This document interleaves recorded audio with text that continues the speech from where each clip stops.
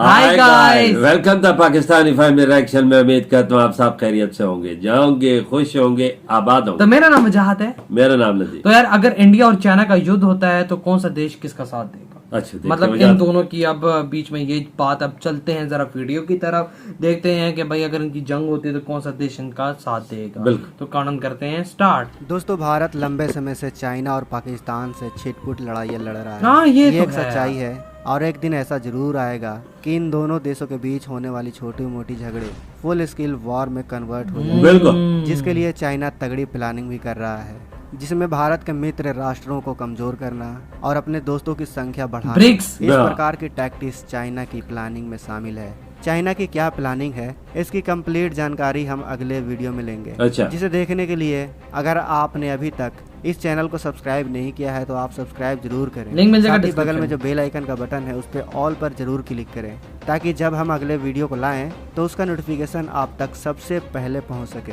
फिलहाल आज के इस वीडियो में हम यह देख लेते हैं कि अगर इन दोनों देशों के बीच यानी चाइना और पाकिस्तान के साथ भारत का फुल स्केल वॉर शुरू होता है तो विश्व के अन्य देश भारत और चीन में से किसका साथ देंगे।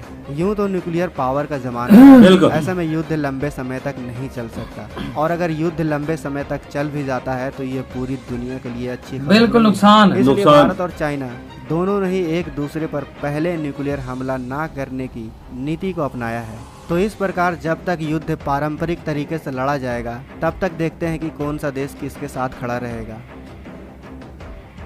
देखते हैं भाई।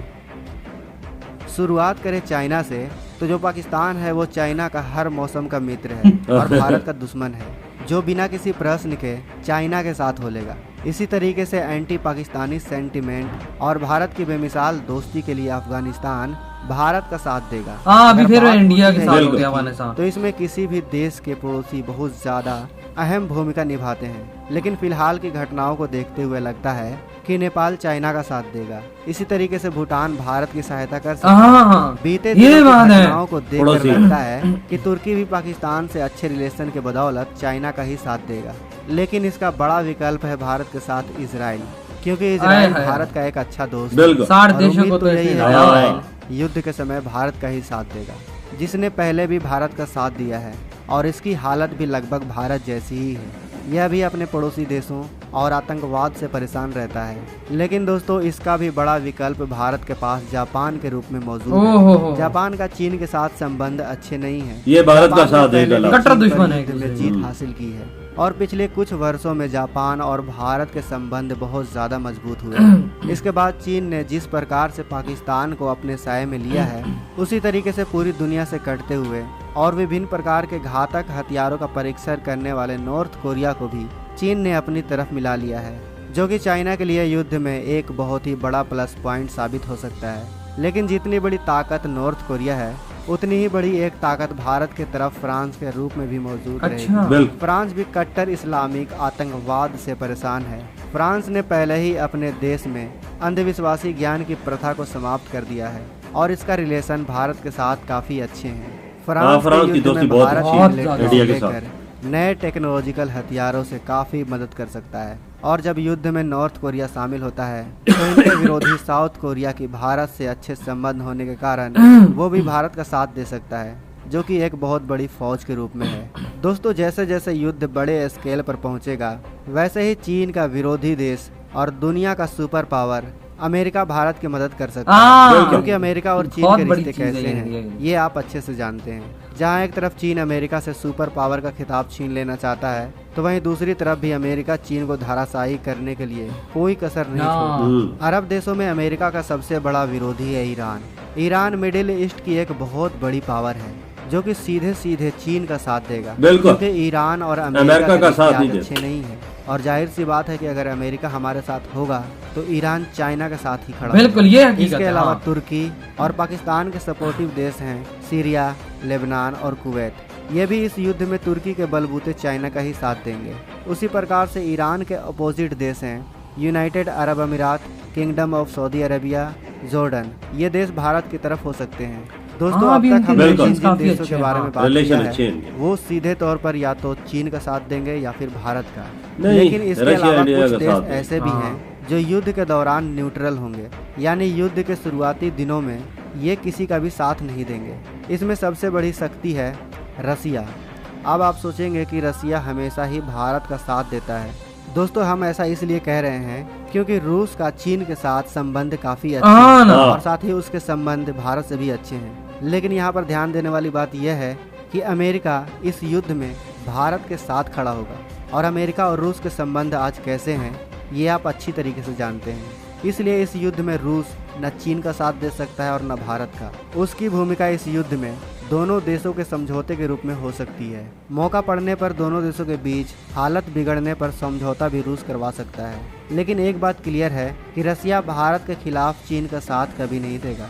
अगर रूस ने भारत के साइड ले लिया तो इस युद्ध का पलड़ा भारत की तरफ झुक जाएगा। पड़ोसी बांग्लादेश, म्यांमार, श्रीलंका ये इस युद्ध में सीधे सीधे शामिल ना होते हुए समय के श्रीलंका तो डूबा हुआ है, मदद जरूर करेंगे क्योंकि इन पर चीन अक्सर भारत के साथ साथ अपना कंट्रोल बनाए रखता है। इसके अलावा जर्मनी और यूके अपने इंटरेस्ट के मुताबिक किसी की भी मदद कर सकते हैं। जर्मनी के जापान के साथ संबंध अच्छे हैं तो हो सकता है कि यह भारत की मदद करे। वहीं यूके का भारत के साथ संबंध अच्छे नहीं हैं। इसके अलावा ऑस्ट्रेलिया, साउथ अफ्रीका, यूरोप और मिडिल ईस्ट के कई देश जो कि ज्योग्राफिकली काफ़ी दूर हैं, ये इस युद्ध से दूर ही रह सकते हैं। तो फिलहाल विश्व राजनीति को देखते हुए और चाइना और भारत के अन्य देशों के साथ संबंधों के आधार पर अगर इन दो देशों के साथ निकट भविष्य में युद्ध होता है तो ये वो देश हैं जो एक दूसरे की मदद करेंगे। इसे देखकर भारत का पलड़ा ज्यादा भारी है। इंडिया के साथ एक अमेरिका है तो तब भी जापान जैसे देश अगर भारत की साइड लेते हैं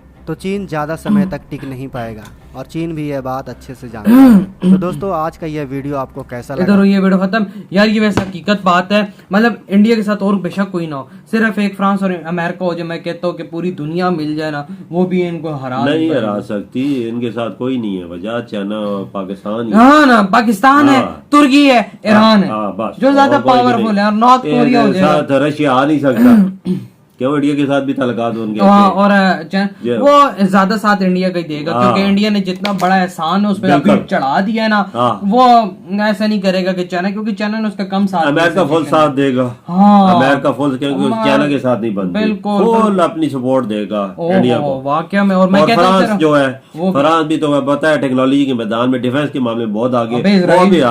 इजराइल जो है जिगरी यार है, हर पॉइंट पे साथ देखा नहीं है वो अरबों का धूल चटाई थी। देश समझो, अगर इजराइल इंडिया के साथ है ना तो वो 60 देश जो है ना, और में से कोई भी माई का लाल आ जाए तो वो हिला नहीं पाएगा। बिल्कुल, अभी थोड़ा छोटा सा मुल्क है देखिए, उसके बाद ही लेकिन ये है कि उसके पास टेक्नोलॉजी है दुनिया की बेहतरीन, वही ना। लेकिन ये है कि भाई अगर जंग होती है तो वाकई में इंडिया का यहाँ पे पलड़ा अब बारी है, क्योंकि अमेरिका सीधे जो वर्ल्ड की सुपर पावर है, जिसके पास इतने जहाज और इतना सब कुछ है कि वो अगर पूरी दुनिया पे हमला कर दे तो पूरी दुनिया के एयरक्राफ्ट कम पड़ जाएंगे। तो समझ जाओ कि अगर वो इंडिया के साथ है तो समझो चाइना, तो मैं कहता हूँ कि इंडिया के सामने चींटी बराबर भी नहीं है। हाँ, इतने बड़े बड़े मुल्क सुपर पावर और साथ इंडिया और मुल्क फ्रांस, जापान।